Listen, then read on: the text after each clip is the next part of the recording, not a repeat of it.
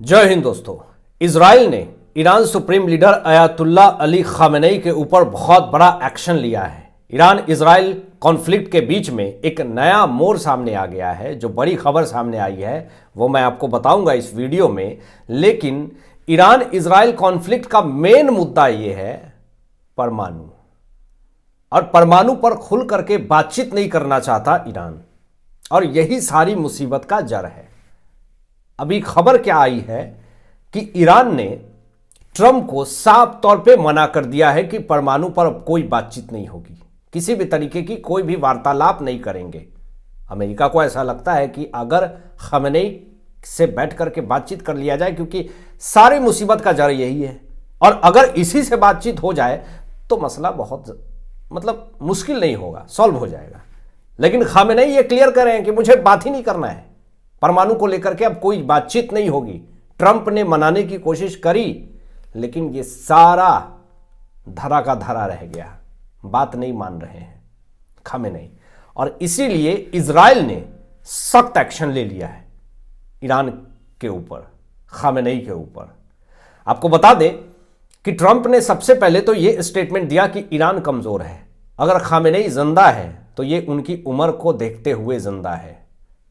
ये बड़ा स्टेटमेंट है अमेरिका का, ट्रंप का। खामेनेई ने अपने बचाव में ये कहा कि ट्रंप जो है वो पूरी तरीके से झूठ बोल रहे हैं, ऐसा कोई बात नहीं है। परमाणु को लेकर के 5 बार बातचीत हो चुकी है पहले भी ईरान और अमेरिका के बीच में, लेकिन किसी भी तरीके का कोई भी निष्कर्ष नहीं निकला, कोई मुद्दे पे बात नहीं पहुंची। और लास्टली ईरान अब ये कह रहा है कि परमाणु को लेकर के अब किसी से कोई भी बातचीत नहीं होगी, यानी अंदर ही अंदर खिचड़ी जो है वो पक रहा है। और यही सबसे बड़ी टेंशन जो है वो इजराइल को है, कोई हल ही नहीं निकल पाया है अभी तक। ईरान अपनी ताकत दिखा रहा है, ये दुनिया को बता रहा है कि मैं शक्तिशाली देश बनने वाला हूं, मुझसे डर के रहो, मैं किसी के सामने झुकने वाला नहीं।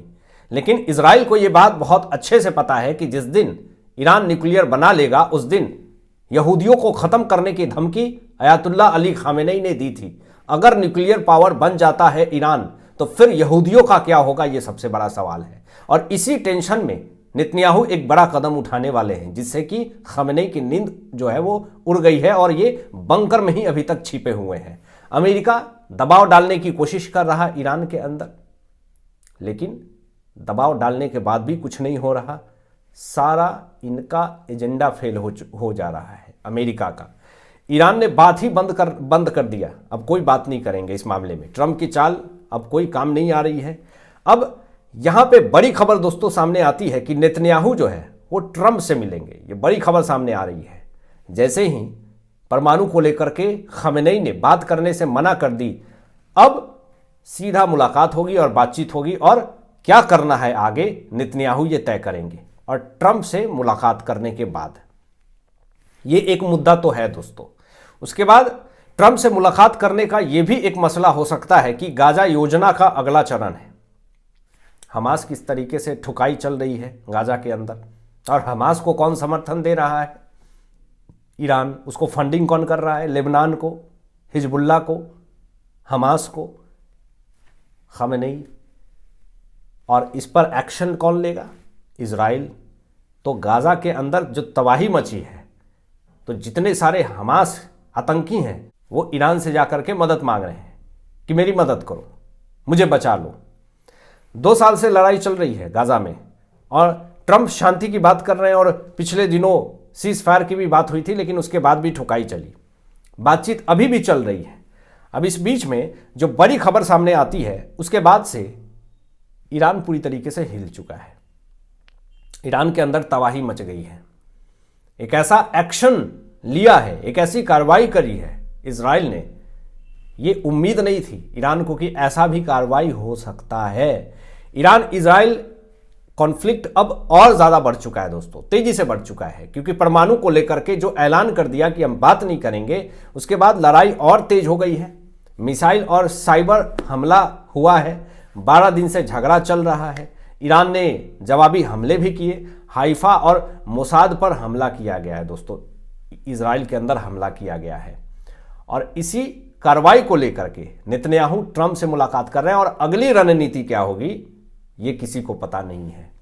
लोग घायल हुए, काम पूरी तरीके से इजराइल के अंदर रुक गया। अब ईरान ने एक नया ऑपरेशन शुरू किया है और अमेरिका ने मिसाइलें दागी है, ईरान के अंदर भी ठुकाई करी है अमेरिका ने।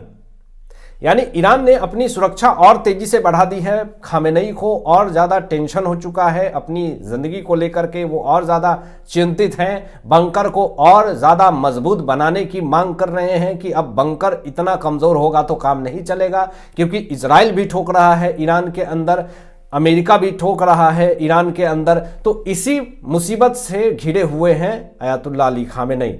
परमाणु संतुलन ईरान के अंदर पूरी तरीके से खतरे में है। ईरान फिर परमाणु काम शुरू कर रहा है। यही है सारे झगड़े की जड़।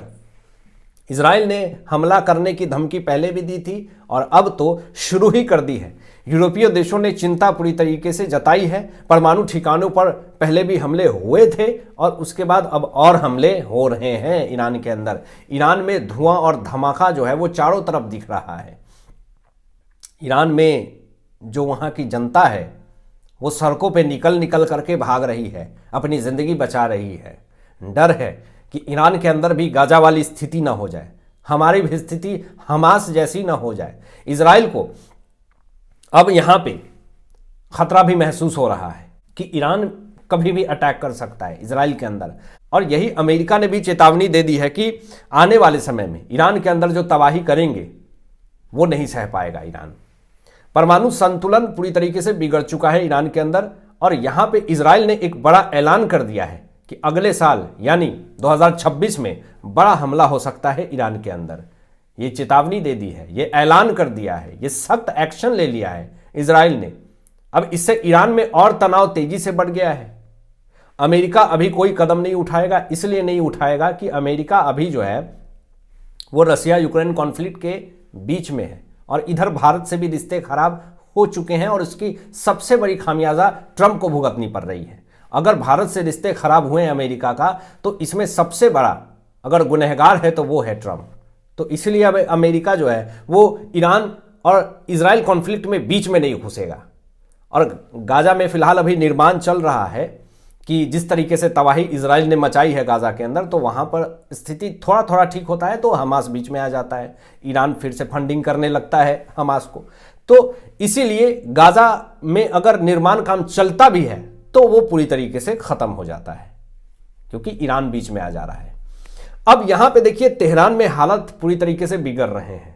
जैसे ही अगले साल हमले की बात चेतावनी दी इजराइल ने, बेंजामिन नेतन्याहू ने, उसके बाद लेबनान में भी तनाव बढ़ चुका है। पश्चिमी तट पर हालत खराब है पूरी तरीके से। परमाणु खतरा फिर से उभर रहा है। क्षेत्र में बड़ा टकराव संभव है जिससे कि आने वाले समय में ईरान के अंदर एक बड़ी समस्या उत्पन्न हो सकती है। खामेनेई के लिए एक बुरी खबर हो सकती है।